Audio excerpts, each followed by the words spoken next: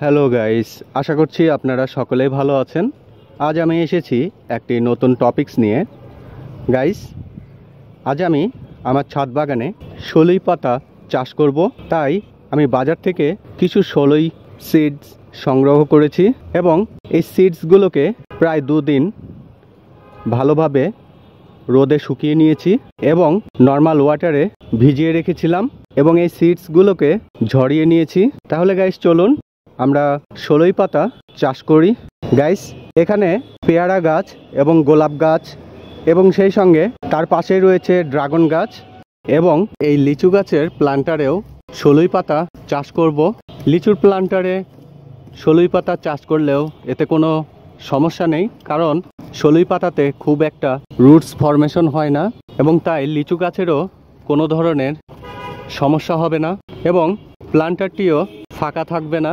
এতে করে আমরা একটি প্লান্টারে মাল্টিপল কাল্টিভেশন করতে পারি। এবারে আমি হোমমেড সয়েল মিক্স দিয়ে প্লান্টারের উপরে একটি লেয়ার তৈরি করে দিচ্ছি। এই প্লান্টারে সবগুলো মাটি নিড়িয়ে দিচ্ছি না, কারণ লিচু গাছের রুটসগুলো নতুন ফরমেশন হয়েছে।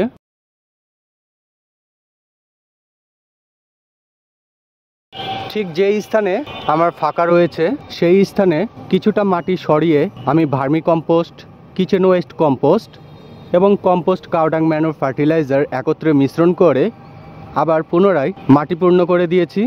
এবারে আমি সলই সিডসগুলো ছিটিয়ে দিচ্ছি। সলই সিডসগুলো একই স্থানে অতিরিক্ত পরিমাণে দেওয়া যাবে না, যতটুকু পারা যায় ফাঁকাভাবে দিতে হবে। একই স্থানে সিডসগুলো রয়ে গেলে একটি স্থানেই সলই সিডস জার্মিনেশন হবে এবং সলই পাতাগুলো খুব একটা ভালো হবে না। এবারে গাইস, আমি এর উপর দিয়ে সামান্য কিছুটা সয়েল মিক্স দিয়ে দিচ্ছি।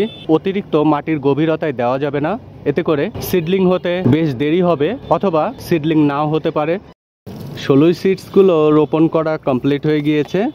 এবারে এতে আমি সামান্য কিছুটা ওয়াটারিং করব এবং খেয়াল রাখবো যেন এখানে অতিরিক্ত ওয়াটারিং না হয়, এতে করে সিডসগুলো নষ্ট হয়ে যাওয়ার সম্ভাবনা রয়েছে এবং মাটির ময়েশ্চার চেক করে কেবলমাত্র আমি ওয়াটারিং করব। অতিরিক্ত ওয়াটারিং করার ফলে সিডসগুলো নষ্ট হয়ে যেতে পারে।